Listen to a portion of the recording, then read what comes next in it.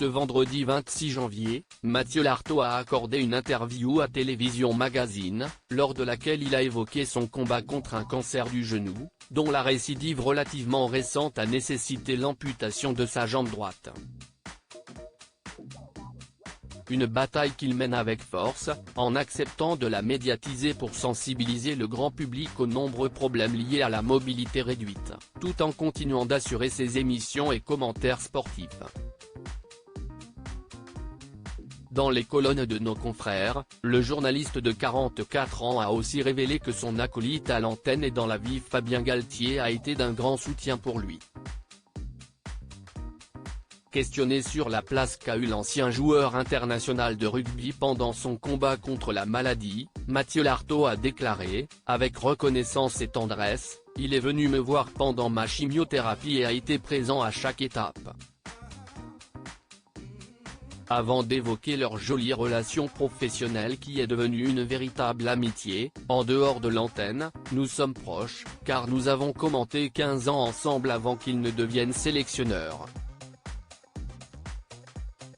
Lorsque Télévision Magazine l'a interrogé sur cette proximité avec Fabien Galthié, pour savoir si elle rend leur travail plus difficile, le journaliste sportif a été catégorique, son acolyte connaît son tempérament et que cela a du bon autant dans la vie privée que sur les plateaux.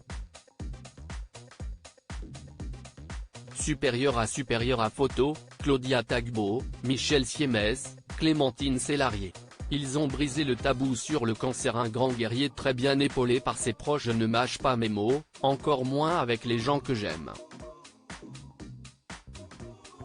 Même si on se voit en dehors du travail, je ne vais pas être plus conciliant ou perdre ma neutralité, a assuré fermement Mathieu Lartaud.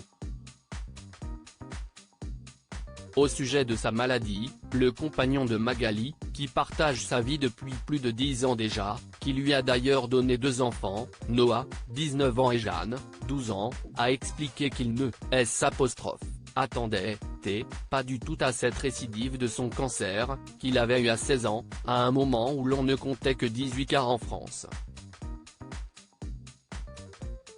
Il n'y avait que 1 à 5% de probabilité de récidive.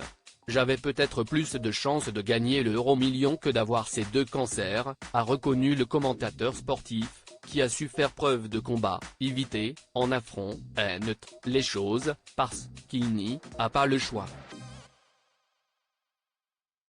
Et je n'étais pas seul. Il y avait ma famille, et cette mobilisation autour de moi, a-t-il ajouté en toute sincérité. Article écrit avec la collaboration de 6 médias Crédit Photo, Christophe Clovis.